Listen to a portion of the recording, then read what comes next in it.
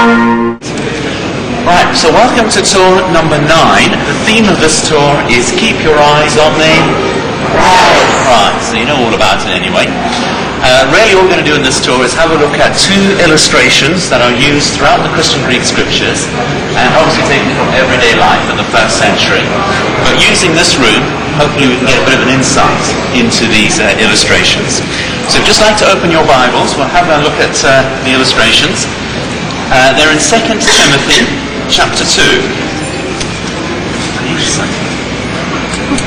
So 2 Timothy chapter 2. And not doing too badly with Bibles. Right, so we're going to read verses 3 and 4 to begin with. So 2 Timothy chapter 2 verses 3 and 4. Okay, there it says, "As a fine soldier of Christ Jesus, take your part in suffering evil. No man serving as a soldier involves himself in the commercial businesses of life in order that he may gain the approval of the one who enrolled him as a soldier." So there's our first illustration. Keep your Bibles open, but our first illustration is, of course, the soldier. So what prize would the soldier have his eyes on, and what would he have to do in order to get his prize? Well, that's what we're going to look at in this tour. But whilst we're there, Paul switches. So the next verse, he uses the other illustration that we're going to be dealing with. So let's go down to verse 5, where Paul says, "Moreover, if anyone contends, even in the games, he is not crowned unless he's contended according to the rules." So who would you find contending in the games? It would be an athlete. Very good. So we then, as Christians, we need to be soldiers and athletes. Okay, this might be bad news for some of you, judging by how you did on those stairs. But the athlete then, what prize would he have his eyes on? How would he get that prize? Okay, so that's what we're going to be looking at on this tour. Shall we start with our soldier? Here we are looking at a soldier. And the Roman soldier would be signed up for a period of 25 years. Okay, so at the end of their 25 years of service, they would receive an honourable discharge from the army. And just imagine what that would be like. Can you imagine the contrast? I mean, obviously, whilst they're serving as a soldier, it's a very dangerous life, of course, a very tough life, lots of discomfort and marches and so on, all that stuff with all their gear. Very, very hard life. And then when they retire, things are very different, aren't they? First of all, of course, they have a share in the spoils, so you can imagine them having a very comfortable place to live, obviously safe, prestige, honour, wealth, all of that sort of thing. So can you imagine the contrast from serving in the army to your retirement? So can you think the soldiers would have their eyes on that prize just to keep themselves going? Yes, you can imagine, can't you? A soldier on one of those long, hard marches along those Roman roads with all his gear, pouring rain. You can imagine him thinking, only 24 years, 364 days to go. But he'd have his eyes on that prize, wouldn't he? Now, the Roman army were actually quite happy to use people who were not Romans. They would go into the army as well if they wanted to. In actual fact, they had an extra prize. So if you just come around the corner, you'll see what the prize was. Okay. Please make sure our sisters can see. Right, and all of you will need to come a bit closer together as well. You know, we talk about a warm international brotherhood. Close. Please prove it. Right, so these little bronze plates here are actually, would you believe, certificates. They are certificates of citizenship. And you see the idea then. If the soldier was not a Roman citizen, after serving his 25 years, he would be made a Roman citizen. Was that a big deal in the first century? Yes. Yeah, why was it useful to be a Roman citizen, sister? Well, I know that if you were a Roman citizen, it's very prestigious.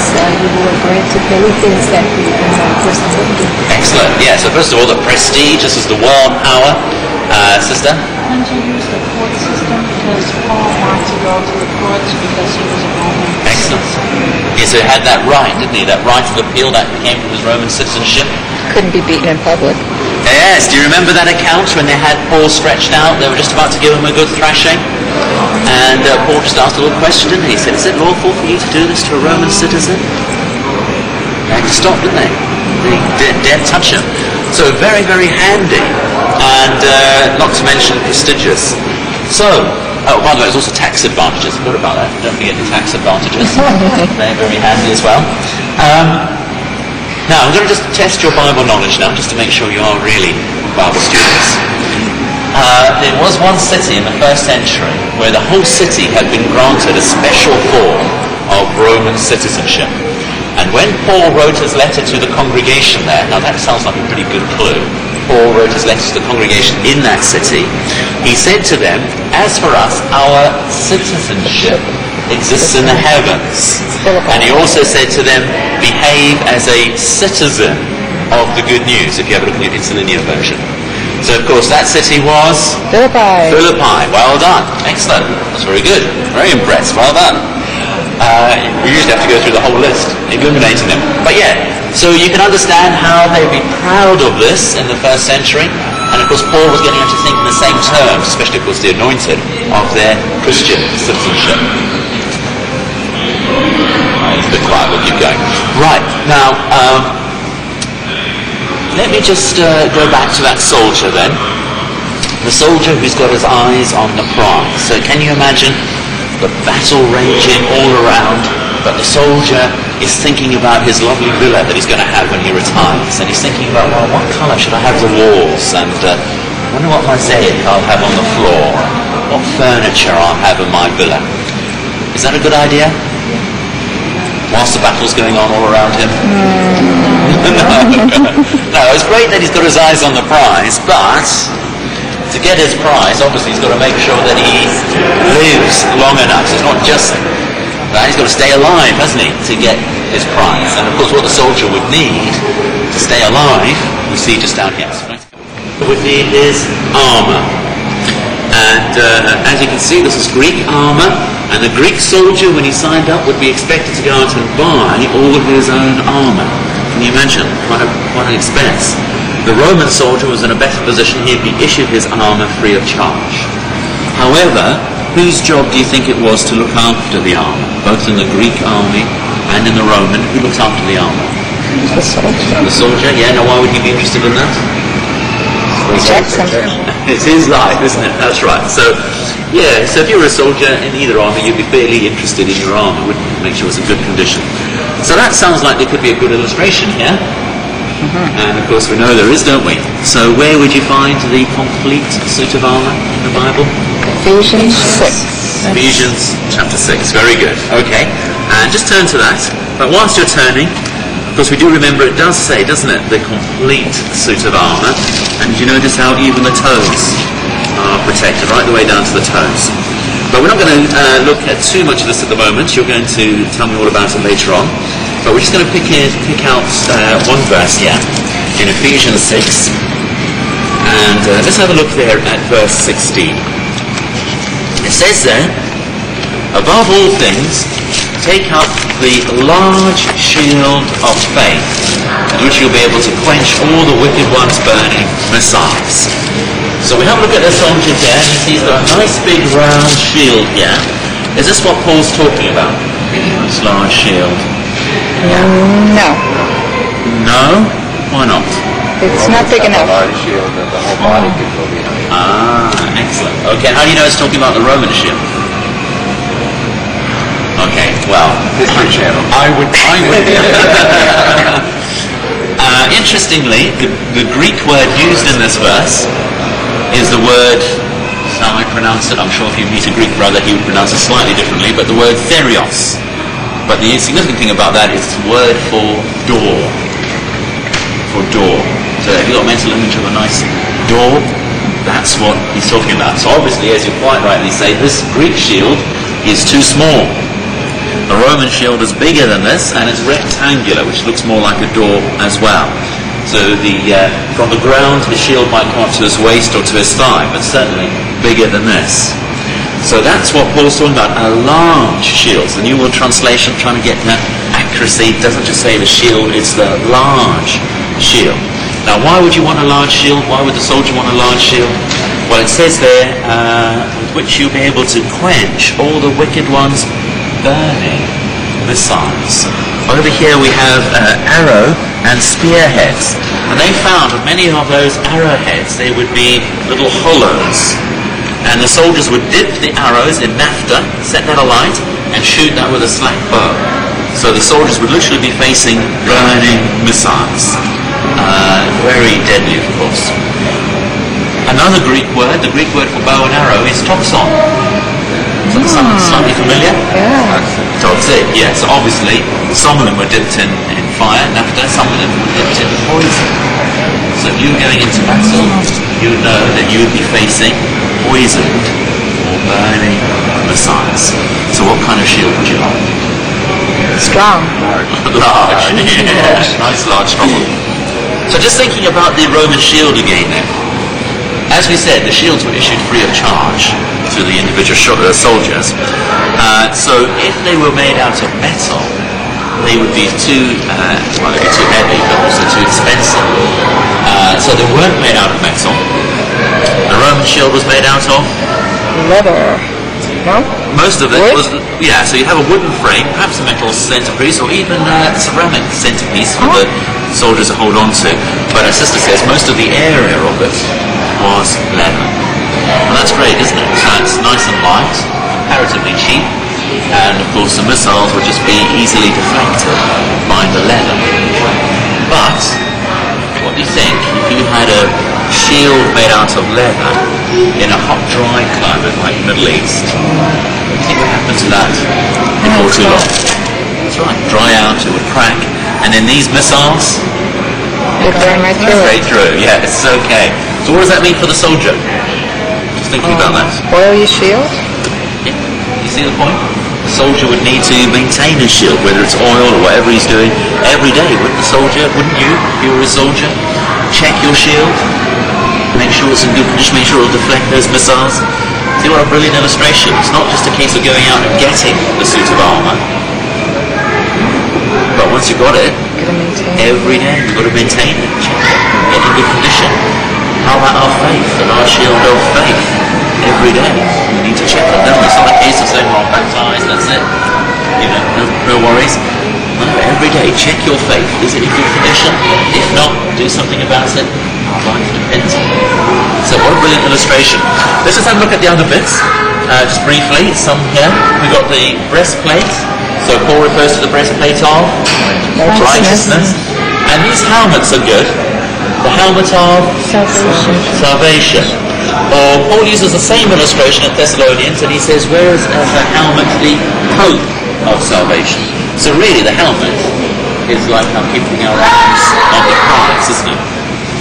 So this helmet's really good. What's it made out of? Metal? Yeah, so it's bronze, it's metal, and it's brilliant, isn't it? Because it covers pretty well the whole head. So it'd be really great going to battle with one of those, wouldn't it?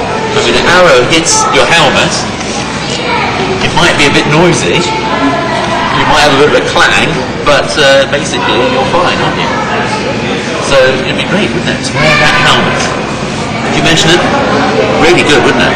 Your whole head covered, encased in metal, in the heat of day, in the Middle East. That'd be really great, wouldn't it? Whole head in metal. It'd be fantastic. What would it be like inside your helmet, do you think? It'd be incredibly sweaty and not very comfortable, isn't it? Could you imagine the soldier thinking, just to take this thing off for a moment? Wonderful that would be. Should he do it? No, he must keep his helmet on. In other words, he must keep his eyes on the prize. Or for us, that's the application, isn't it? Keep our hope in sight. Otherwise, we'll be like a soldier who's taken his helmet off. In fact, we'd become like these people. So if we just drop the corridor. But here, all we want to think about for the moment is we've got these two gladiators here. How many are going to walk away from this contest?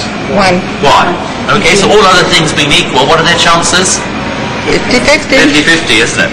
But then, of course, the winner goes into another contest. And if they win that, another contest. And if they win that, and so on. So overall, what is their hope like? Well, pretty sort of slim, isn't it? In fact, before the game started, before the contest started, these gladiators, they would raise their hands towards Caesar, and they would say, "Hail Caesar, those about to die salute you." So what was their hope? Well, they didn't have any, did they? They just expected to die. But how would that affect them? Well, one thing they were allowed to do the night before their contest was to have a good party, have their friends, have their family over, and basically it was a goodbye party, because they expected not to survive the next day. So can you see what their thinking was there? Let us Eat, drink, and be merry, for tomorrow we die. Isn't that interesting? So that's really the thinking of the gladiators. Well, really, because it's the thinking of hopelessness. So, now, what about the world around us? I know we're from all different parts of the globe here, but it's very common, isn't it? Yes. To have people around us who've got pretty well the same attitude, the live for today attitude, because they have no hope. So if we took our eyes off the prize, wouldn't we be just the same? Without our hope, we would do the same thing. So let's not be like that. Rather, keep our eyes fixed on the prize, and then we're not going to live for today, as so many do. Let's go now to our other illustration, that of the athletes. Hopefully you can you see these urns here at the back? And what they're depicting. Here we have the Greeks, again, of course, with their real love of sport. But we're interested in this running race. Can you see there from the end at the back there, the runners? Okay. So now, using your powers of observation, what would you say? Is that a long-distance race that they're in, a sort of marathon-type affair, or a short-distance sprint? See how good you are in your anatomy and so on. That's a short one. Short. So, Sister here thinks a short-distance race. You agree with her brother? Very good.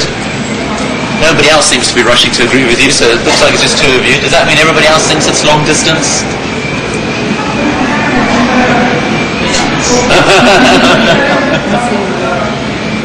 You say long distance, would you? Okay, I thought long distance. Long distance, very good. Okay. Well, of course, you're right. Sorry about that. Okay. Look at their posture. They're quite upright, aren't they?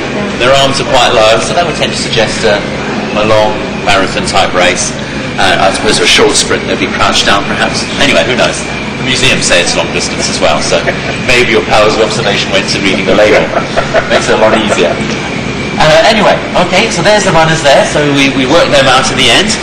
Now, of course, this big one in the centre here, obviously, can you see some sort of horse riding event going on there?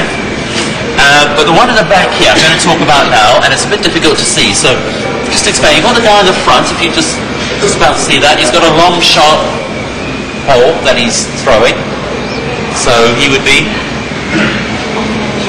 javelin, excellent. The guy behind him, he's got a flat, heavy, round thing. Discus, very good. There's another javelin thrower behind him. And then right in the corner there, there's a man with heavy stone weight in his hand. Shockwood? No, not shockwood. I misled you slightly. Actually, he's got one in each hand. Heavy stone weight, one in each hand. Weightlifting? Weightlifting? No. No. I'm not saying anything else. He's not the weightlifter. He's the jumper. Jumper? Oh. Yeah, so that's what they would do. They'd get these heavy stones. They'd have a really good runner, and then as they leave the ground, they would throw the stones behind them, and they thought that would give them extra lift. Okay, look, it's not my idea, it's these Greeks, okay? So take it up with them. So over here you can see we've got here a jumping weight. Oh, interesting. Right, so you didn't do very well on the sports. Let's come back to our runners then. Now, how do we know that this is the day of the race, and that they're not training? Because they used to have very long, intense training programs, perhaps 10 months, solidly working out and training and so on. But this is not training, this is the day of the race, and we know that because they are naked. Okay? So, obviously, training, they would have their clothes on, but in addition to that, they would also have their lead weights attached to their legs and to their arms and so on, and that would really build up their strength, build up their stamina. But on the day of the race, of course, the weights would come off, the clothes would come off, and then they could do their very, very best. And of course, you've all thought of the scripture, but let's just have a look at that in Hebrews chapter 12. So we have to be the same as Christians, but can I ask you just to keep the clothes on just for a moment? Oh, thank goodness. So Hebrews chapter 12, and just have a look at verse 1. But hopefully now you've got this image in mind, you can see exactly what Paul is talking about. Here he says, "So then, because we have so great a cloud of witnesses surrounding us, let us also put off every weight and the sin that easily entangles us, and let us run with endurance the race that is set before us." So, you see the point? We as Christians are like these. We're in a race. We're not training. This is it. We've got to run now this long distance endurance race. So that's a really good illustration. Let's just stick with that a bit longer. Now, I know we've got brothers and sisters here from all around the world, but I'm sure you've heard of the London Marathon. Okay? If you haven't, there's one in New York. Do they have it in Slovenia? Marathon? Yeah, bound to have, aren't they? Boston has one, isn't it? Yeah. Right, so plenty of marathons. We're going to talk about the London Marathon for a moment. Okay? So, can you see yourself there in the London Marathon? Getting ready to start? Can't you see yourself there? I could see myself getting ready to start. Oh, right. Where it begins and ends. Well, this year, I think there was something like 35,000 people that started the London Marathon. Wow. Okay. Now, just before we start talking about that too much, just your guess is as good as mine. How many of that 35,000 do you think would have a realistic chance of actually winning? 5, 10. Yeah, you're sort of talking about a handful, aren't you? Just sort of like, perhaps top 10 or so of the world's top runners. One of them's going to win, isn't it? So that must mean the vast majority of that 35,000 know for a fact they're not going to win. So what are they trying to do then if they're not going to win? Finish, yeah. So that's a bit like us as Christians as well, isn't it? Because we're not going to get the prize for winning, are we? Because that's already gone. Jesus already got that prize. So we're not going to win, but what do we want to do? Finish, yeah. So London Marathon is a brilliant illustration. So you've really got to see yourself there now, don't you? Running that marathon. Okay. So can you just imagine yourself there in London Marathon? Now it all starts off very nice and easy, Greenwich Park and around there, some of the nice parts of London. And then we're just going to pretend, it doesn't actually go this way, but we're just going to pretend for a moment. The London Marathon comes up Oxford Street. Now, in case you don't know, Oxford Street is where they've got all the lovely shops, the department stores, the clothes shops, the shoe stores. And so could you imagine yourself doing a little running in your marathon and keeping your eyes on the shop windows and thinking, oh, look at that, and whipping there, and I don't have that at home where I come from, and down there, buy some stuff, and that goes under that arm, and carry on running. Look at those shoes, they're lovely. Go and buy those, go under the other arm, carry on running. Could you see yourself doing that? And then round the corner into Tottenham Court Road, which in case you don't know is where all the gadget shops are. All the hi-fi gear and the computer gear and all those little gadgets that some of us love so much. So could you imagine doing the same running? Oh, look at that gadget. Isn't that brilliant? Wow, look what that does. Would you go into the shop, buy that, carry on running in your marathon? What's going to happen if you're doing that? Slow down. You're going to slow down and eventually you're going to stop. Or you're going to be so busy looking at the windows, you're going to trip up and end flat on your face, and that will be the end of your marathon, isn't it? So it's not going to work, is it? What we need to do, of course, is to keep our eyes on the finish line. On the prize. Keep our eyes straight ahead. Then we will finish. Do you think sometimes as Christians we tend to do that in our race? Weigh ourselves down with all these material goods? Not needed, is it? Really. Keep our eyes on the prize. Now, prize. Just talking about prizes. These guys, what's the prize that they're hoping to get? The winner of this one is going to get a wonderful prize of a wreath of laurel. Yeah. Yes. Okay. So a bunch of old leaves to put in your hair. That's worth all of that effort, isn't it? Give them a pension. A pension. Just a bunch of old leaves. But that's only in some places. There's a place called Nomea where they had a different prize. None of your old leaf rubbish. They had a lovely prize there of wild celery. Wild celery? Celery, yes. So can you imagine that? They'd be holding up the celery at the finishing line. And these runners would all have their eyes fixed on that celery. Was it worth it? Well, depends how you feel about celery, isn't it? But I wonder how that compares with us as Christians. Should we just have a look at 1 Corinthians chapter 9? And we'll see wild celery mentioned in the Bible here. Well, sort of. So 1 Corinthians chapter 9.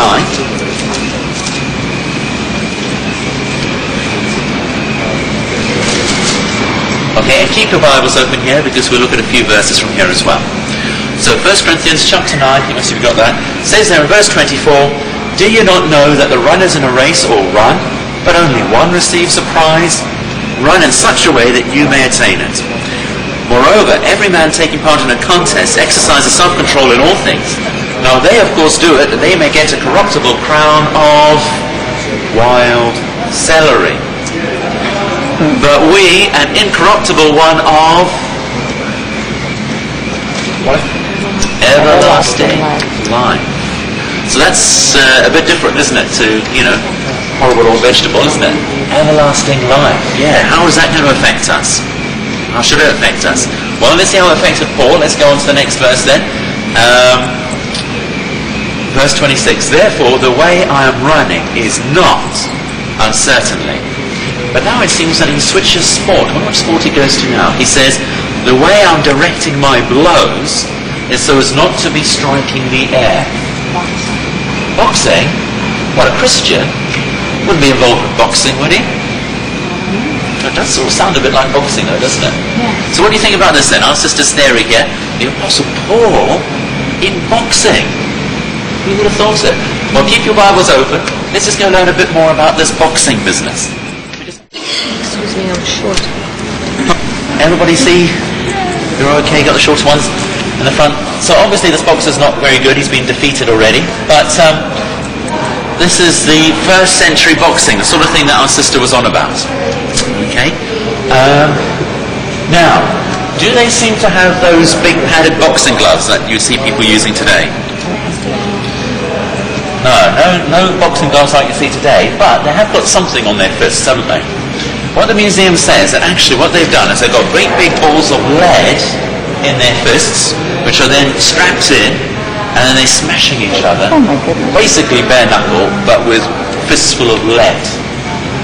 And the museum says they'll be able to give a brutal blow. So this is what first century boxing is all about.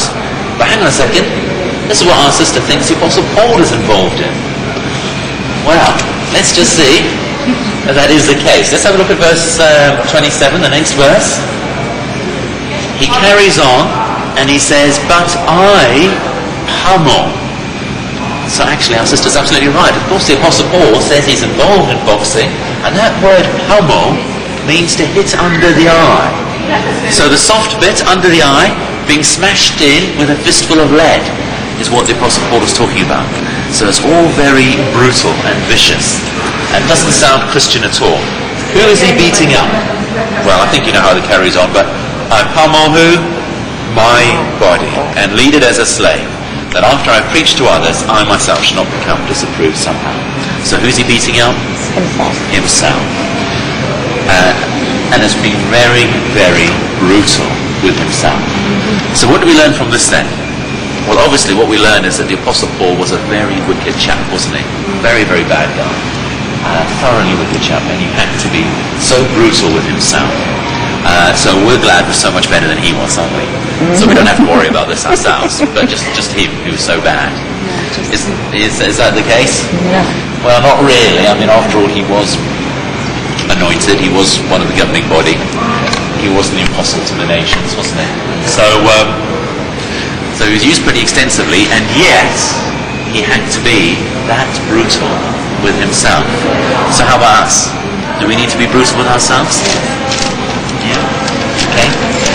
So I don't want you to answer the next question or two out loud, but just have a little think about how your fight is going. Your contest. Are you being brutal with yourself? Am I being brutal with myself? You know that sort of situation when you've got that, you wake up on a Saturday morning and your spiritual side is saying, let's leap out of bed, go do a couple of hours of street work, then I'll get down to the group and do good days in the ministry, finish up, doing some business territory. So that's what your spiritual side is saying. And your fleshly side, might be thinking about the way that it's tipping down with rain and it's freezing cold. And yet in bed, of course, it's all quite comfortable, isn't it? Warm. And your physical side is just saying, no one's going to listen to us, and I don't expect anybody else to be out of the group, and I don't really like that territory we're working at the moment, and So who's winning that battle most of the time? Don't answer out loud. This is one you've got to think about. Don't want any confessions out loud. Unless you want us to get a couple of other elders together. But that's the fight that we all have, isn't it? But the point is it worth it? Oh, yes. Wow, it's a prize, isn't it? I mean, Paul thought it was worth being brutal with himself, so he wouldn't miss out on that wonderful prize. I mean, these guys are doing it for their salary. But for us, everlasting life. Then that is worth it, isn't it? So keep up the fight and keep going as far as that's concerned. What we're going to do now is just think about those burning missiles again. Remember they said the soldier would face those poisoned or burning missiles? Well, we as Christians face a number of them. We're going to look at 3 of them. The first one illustrated just back down here with the gladiators. So just down here. So this building over here, it isn't, but it might remind you of which building? The Colosseum. Okay, so that's what I was hoping you would say. It's not the Colosseum, but we're going to pretend. And the Colosseum held 50,000 spectators. And if you were a Roman citizen, one of your perks was to be able to come into the Colosseum free of charge and enjoy the spectacle. And by the way, I'm told that underneath the seats here, they had running water, which was perfumed. So it's like early air conditioning. So you could go and sit there in a nice, pleasant environment and free of charge, watch the spectacle. Well, the games would start, the contest would start with a special type of gladiator known as the bestiari. And as you can imagine, they fought animals. And so before long, you probably had the sand here running with the blood of any of the bestiari who didn't get out of the way quick enough, and of course many of the animals that would be killed. But that's not really what the people are here for. They're for the gladiators proper. So just looking over here, we can see lots of different types of gladiators, different sorts of equipment that they would be trained in. The gladiators themselves, they would come from perhaps condemned criminals or runaway slaves, although apparently there were 1 or 2 volunteers as well, perhaps people who were just a little bit desperate. So, let's just end it all in a blaze of glory in the arena. So they would be trained up with their equipment, and then the day of the contest would come. According to one reference book I was looking at, using an interesting expression, it says sometimes the trainers would have to encourage the gladiators into the arena using whips and red-hot pokers just to get them out there to fight. Okay, so interesting use of the word encourage. But anyway, of course, they would get in their contest, they would try to do their very best until one of them drops to the ground injured. He would try, if he could, to raise his hand as an appeal to the crowd. And it seems that if the crowd liked him, liked the way he fought, and so on, they might wave a piece of material or perhaps even give him the thumbs up. Although I know there's different versions to this. If you've got a different version, then that's it. But if they didn't like him, the crowd might give him the thumbs down, which would be let him die.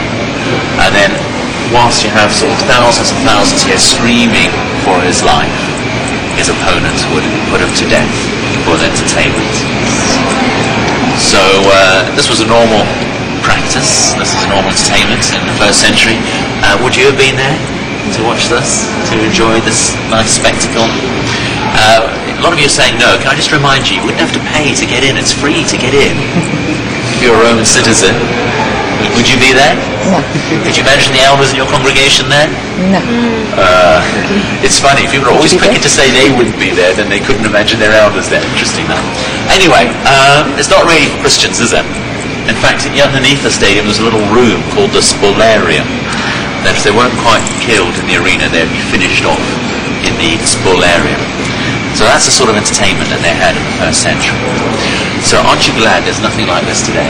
We don't have any entertainment like this today, do we? So Sure that's we do. good. Or do we? We do. Yeah? What do we have like this today then? Movies. Movies, films, Video TV, games. video games are very, very violent, aren't they? Yeah, so actually, we do have just as much, don't we, unholy entertainment surrounding us all the time. So if we said that we wouldn't be here in the 1st century, what does that mean about our choices of entertainment? Well, obviously we need to be selective. So this unholy entertainment could be like a burning, poisonous missile which we could let into our homes if we're not careful. And we want to not tune into that, but tune into the channel which is showing us that wonderful new world. In fact, you just have a look at the scale of this. Over here, it talks about one exceptional show which lasted 117 days, it says, with 5,000 pairs of gladiators. So that's quite shocking, isn't it? But let's just think about that. How many at least would have died? 5,000 pairs of gladiators. At least 5,000, but probably actually more like 10, wasn't it? So that's pretty awful, isn't it? But if you were to watch TV solidly for 117 days, how many people do you think you'd see being put to death? Probably more than that. I think 5,000 or 10,000 would be nothing in comparison, wouldn't it? So, you know, things are just as bad today, isn't it? Entertainment. So, this is like a burning missile, unholy entertainment. But as we said, our protection is not to tune into that sort of entertainment, but tune into the channel showing us the new world. In other words, keep our eyes on the prize. So missile number 2 is even more deadly. In fact, it's the most deadly. Let's have a look at that missile at the top of the room. He's priceless. So let's come a bit close to those. So you can all see this little exhibit over here. So don't be shy to squeeze in behind your brothers and sisters. Right, so looking at this terracotta figurine, this shows the goddess Aphrodite. So she's the goddess of what? Aphrodite is goddess of love. Okay, that's right. And the centre of her worship was in Corinth. There's a huge temple in her honour in Corinth. Now we know that the Greeks had 4 words at least for our English word love. Which variety was she in charge of? Maybe you can tell from how she's dressed here. That's right, she's a goddess of sexual or erotic love. So as we say, her temple based in Corinth, be a great attraction for people to travel to Corinth. What effect do you think that had on the morals of that city in Corinth? Worshipping this goddess of sexual love. Well, it was so bad that even in the world of the 1st century, to be grossly immoral was known as to Corinthianize. The city was synonymous with immorality, or a Corinthian girl was one with a reputation for immorality. So, just imagine that environment of immorality. How could Christians survive in that? In a way that's acceptable to Jehovah, holy, pure. Could that happen? Only if they kept their eyes on their purpose. Excellent. Yeah. And we know it did happen because Paul wrote to the congregation there, didn't he? And he actually listed some of the immoral practices there, and he says that is what some of you were. So somehow they had changed. They were different. They were protecting themselves from this burning missile of immorality. But it was tough, wasn't it? In that environment. How did they do it? Well, as Sister mentioned, by keeping their eyes on the prize. How about today? Would you say we're in an environment of immorality in the world today? It's not really any particular place like Corinth. It's like the whole world now, isn't it? Wherever you go, you're surrounded even through advertising and the people even that we're with, the ones at school or at work or so on. You know, immorality is in fact, what's viewed as wrong, they now view as right, and it's wrong to say that it's wrong. So I'll work out that sentence entirely again later on. Anyway, so that's the world just like Corinth, isn't it? But a member of the governing body once said this. He said, just remember what Jehovah offers you. Jehovah offers you an opportunity to live as long as he lives. So you can live as long as God lives. Is it worth giving that up for a moment's immoral pleasure? We keep that thought in mind, that perspective in mind, that will help us to resist or protect ourselves from this burning missile of immorality. So what was missile number 1? Violence? Yeah, Entertainment. okay. Unholy entertainment. Should we call it unholy entertainment? Missile number 2? Immorality. Now missile number 3 is so deadly, it even struck one of Jesus' apostles. So I wonder what that could be. Let's go have a look down here.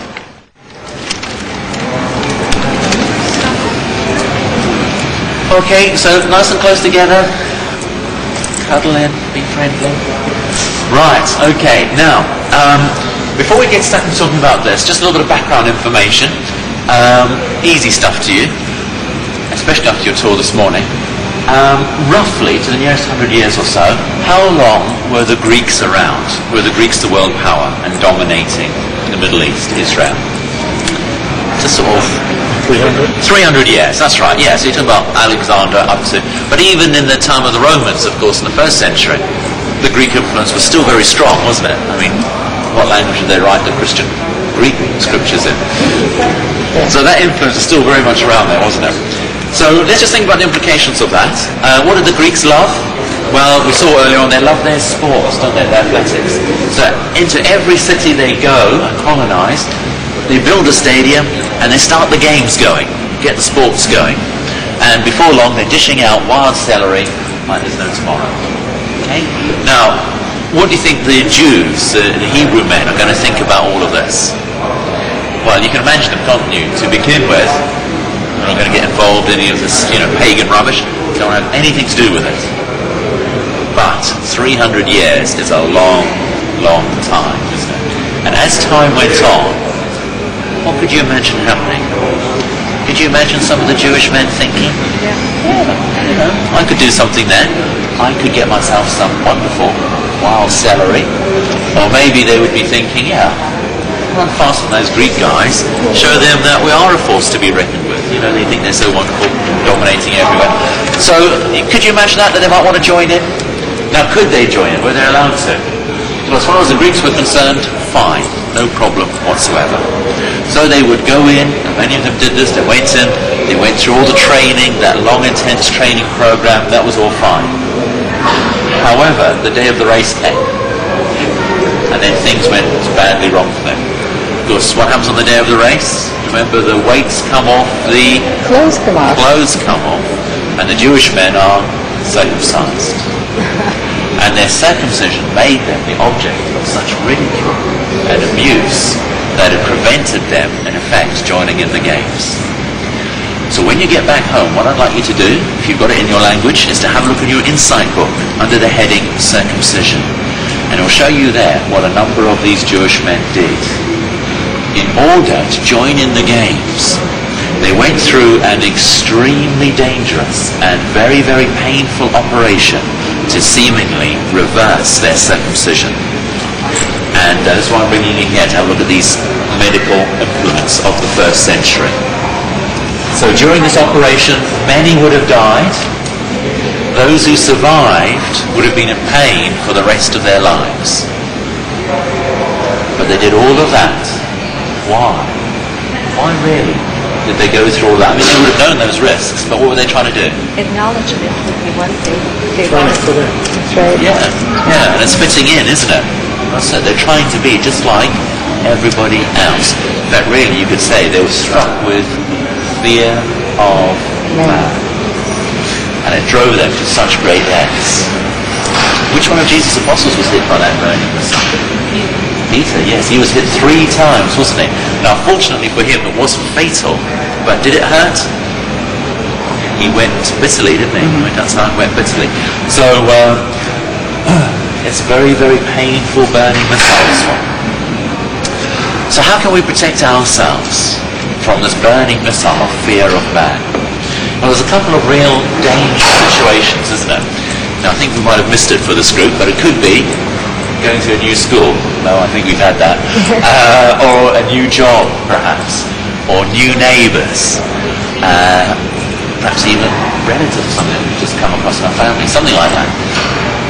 What do? Do you go and introduce yourself? So, my name's so-and-so, and this is what I believe about the future. Give them a good witness. Paradise, earth, all of that, day one. Or, plan B, is to not mention the fact that you're a witness, isn't it? That's the other way of doing it.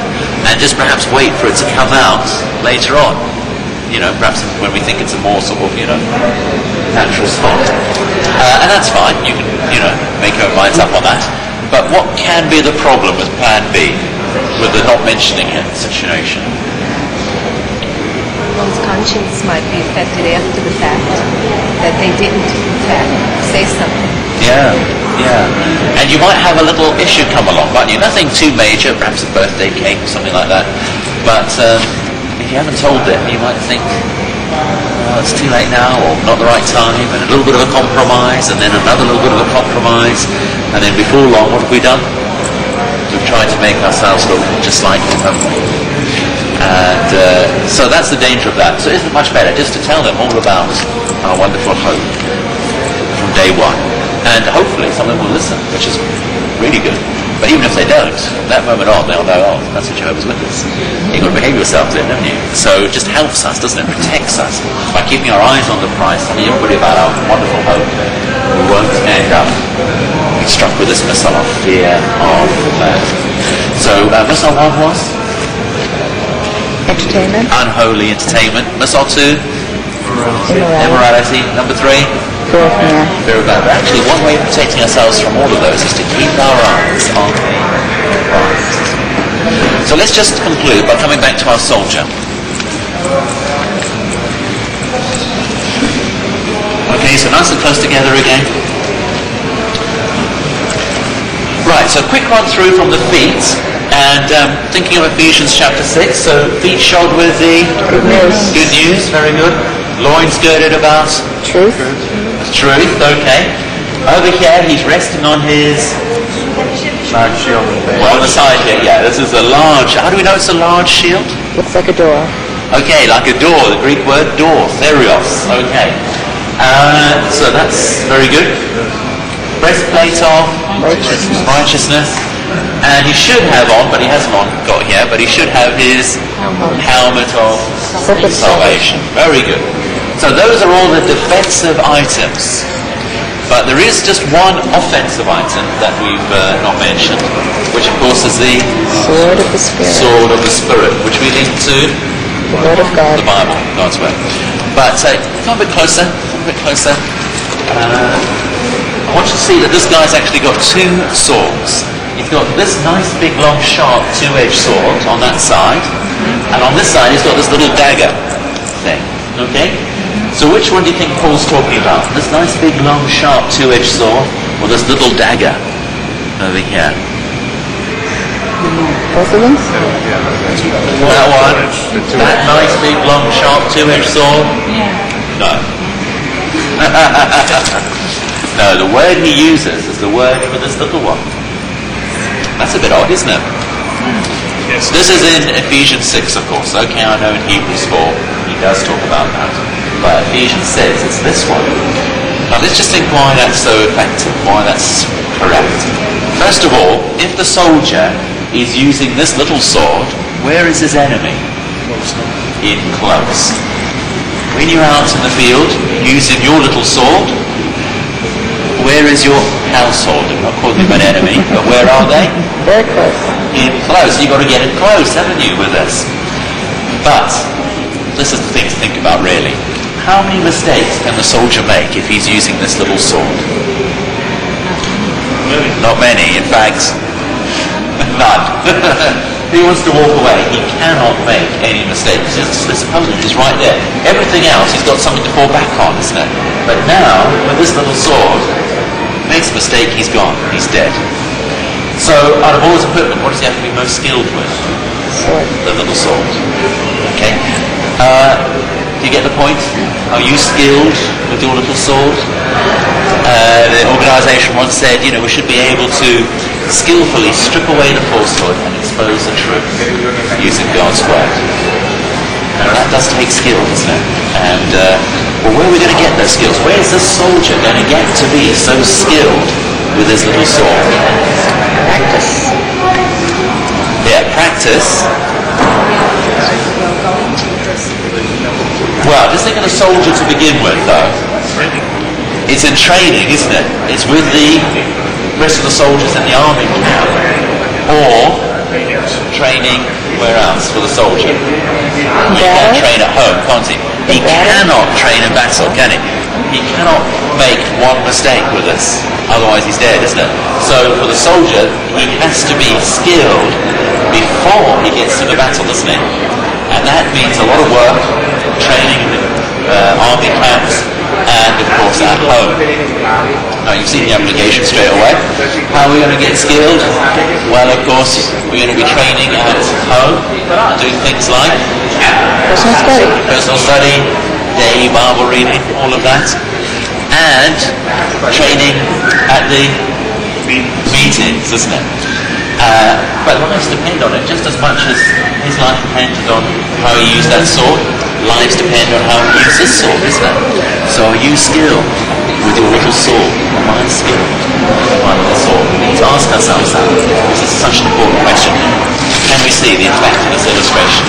A lot there for us to think about, isn't it?